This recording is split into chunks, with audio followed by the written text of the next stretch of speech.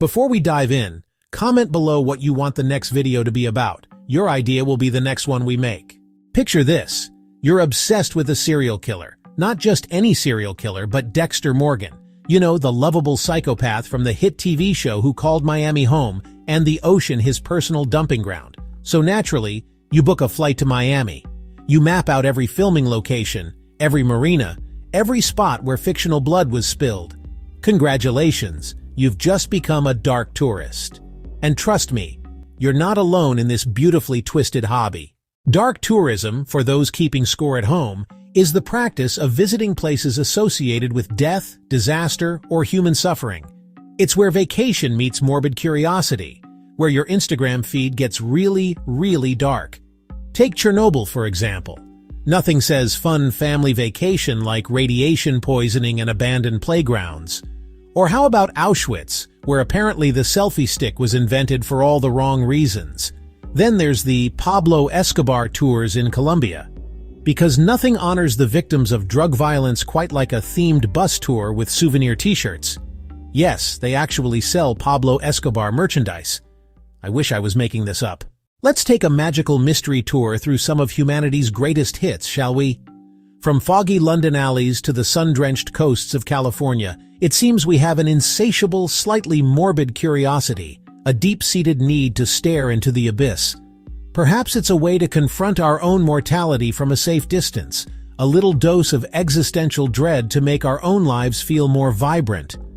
Whatever the reason, the global tourism industry is more than happy to package that darkness and sell us a front-row ticket. First stop, London's Jack the Ripper tours, where you can walk the very streets where women were brutally murdered.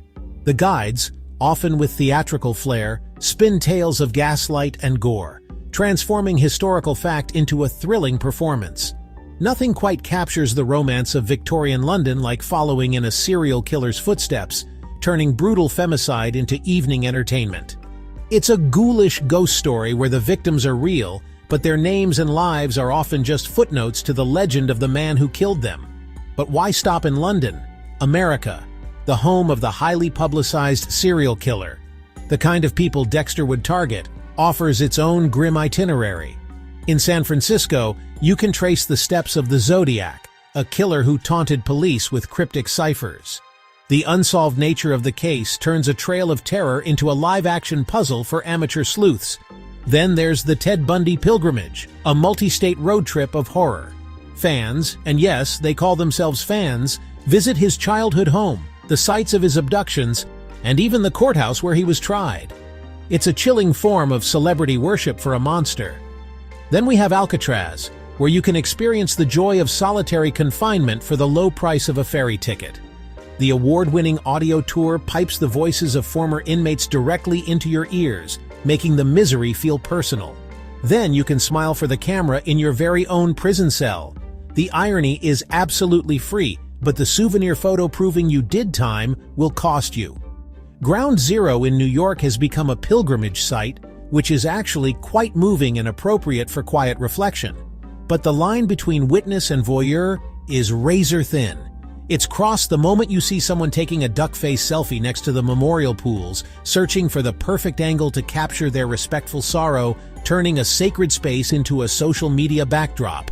Pompeii offers the unique experience of gawking at people who were literally frozen in their final moments of terror, their agony preserved in plaster for centuries. You can wander through their homes and then stare at their final desperate poses. It's like a museum of human suffering, but with better gift shops and a fantastic view of Mount Vesuvius. The juxtaposition is breathtaking. The killing fields in Cambodia offer a sobering reminder of genocide, complete with audio tours that somehow make mass murder sound like a nature documentary narrated by a soothing voice. Similarly, the Kigali Genocide Memorial in Rwanda confronts visitors with the stark reality of its past. These are essential visits, but the packaging of such profound horror for tourist consumption remains deeply unsettling. And then there's Auschwitz, a place of such profound industrial-scale horror that it almost defies comprehension. It's a site of pilgrimage, education, and solemn remembrance. Yet even here, the tourist impulse can feel jarringly out of place, like people taking smiling selfies under the Arbeit macht frei gate or balancing on the railway tracks that brought millions to their death. Or how about a trip to Chernobyl? Get your Geiger counter ready for a fun-filled day exploring the ghost city of Pripyat. It's the ultimate post-apocalyptic playground, where you can marvel at the Instagrammable decay of abandoned schools and contemplate nuclear fallout.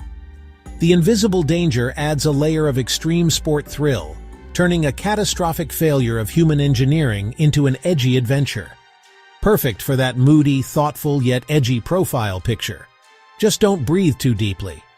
The marketing materials for these trips are a masterclass in cognitive dissonance. Come for the tragedy, stay for the photo opportunities. But here's where things get really special: the commercialization. This is where the line between remembrance and retail blurs into a profitable haze. Because nothing says, "I solemnly reflected on a historical tragedy," quite like a novelty keychain. You can literally buy a t-shirt with a gas mask and the words "Chernobyl Tour" printed on it. These places of genuine historical importance have been turned into theme parks with really depressing themes and overpriced snacks. The tour buses arrive like clockwork, disgorging groups of people ready to consume tragedy like it's the latest blockbuster movie. The experience becomes a checklist item, a box to tick on a dark bucket list, rather than a moment of genuine reflection. And somehow, in all this commercialized chaos, the actual history gets lost, buried under a pile of selfie sticks and souvenir receipts. So why do we do this to ourselves? Why do we willingly pay money to feel uncomfortable, even scared? Psychologists suggest it's a way to confront our own mortality from a safe distance. It's a controlled dose of terror, a psychological fire drill for the soul that we know will eventually stop. This simulated danger gives us a potent cocktail of adrenaline and dopamine, a thrill-seeker's high without any actual risk. It's the same impulse that has us binge-watching true crime documentaries at 2 a.m, safely tucked in our beds. We're naturally drawn to the macabre, like moths to a disturbing flame. From the ruins of Pompeii to the bone-lined catacombs of Paris, to the killing fields of Cambodia and Chernobyl's exclusion zone, we have an insatiable curiosity for catastrophe. It's a fascination with the darker side of human history, a need to understand what happens when everything goes wrong. And this fascination doesn't just stop at grand-scale disasters. We've developed a peculiar appetite for the intimate horror of serial killers. Entire tours trace the bloody footsteps of Jack the Ripper through London's alleys or try to crack the Zodiac ciphers in San Francisco. We visit the quiet neighborhoods where Ted Bundy stalked his victims, turning sites of unimaginable terror into points on a macabre map. It's as if, by walking these streets, we can get inside the minds of monsters, or perhaps just reassure ourselves that we're safe on the other side of history. And of course, there's the social media factor. In the age of the algorithm, nothing boosts engagement quite like a photo from somewhere genuinely unsettling. It's the ultimate performance of profundity, often paired with a vaguely philosophical quote.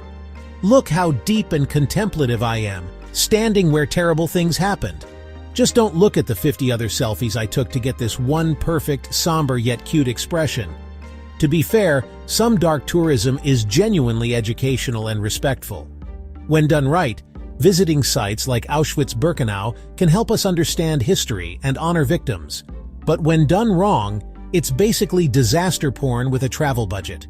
The site of a tragedy becomes just another backdrop. As crowds grow and gift shops pop up, the line between solemn remembrance and morbid entertainment gets blurrier every year, threatening to erase the very history these places are meant to preserve. So, after our grim world tour of real-life tragedies and their somber memorials, it's time to cleanse the palate. Let's circle back to our favorite fictional psychopath, Dexter Morgan, and his sun-drenched, blood-spattered Miami stomping grounds. Because when you're following a fictional serial killer's footsteps, the only real victim is your suspension of disbelief. No one's grief is being commodified. No sacred ground is being trampled. The locations are just locations, not crime scenes. Nobody died here. Well, except for the show's reputation after that infamous finale, but that's a different kind of televised murder. The irony is that this kind of pop culture pilgrimage, often dismissed as frivolous, might actually be the most ethical form of dark tourism. Think about the walking tours in London for Jack the Ripper, or people visiting sites connected to Ted Bundy. There's an ethical gray area in turning real horror into entertainment. But with fiction, that dilemma vanishes. It satisfies our innate curiosity about the macabre, that primal human need to understand transgression, without exploiting real pain or turning a gravesite into a tourist trap. You get all the morbid fascination and the thrill of peering into the abyss, but it's an abyss with a safety net woven from scripts and special effects. It's a controlled experiment in fear, a psychological sandbox where you can explore the darkest corners of the human psyche.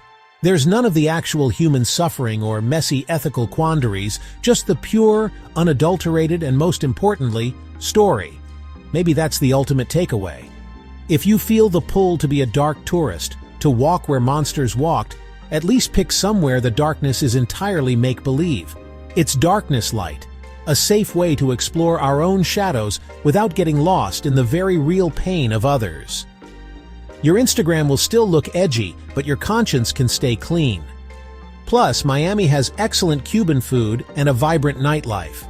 You can ponder the nature of evil over a perfectly mixed mojito, which is arguably a better vacation takeaway than a lingering sense of unease from a real-life murder site, or, radiation poisoning from Chernobyl. So there you have it, dark tourism in all its beautifully twisted, psychologically complex glory. Whether you're following fictional serial killers or confronting real historical tragedies, the journey is ultimately an internal one.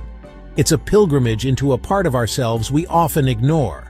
A confrontation with the uncomfortable truth that the line between order and chaos is thin. It's an exploration of our own capacity for darkness and our profound relief in choosing the light.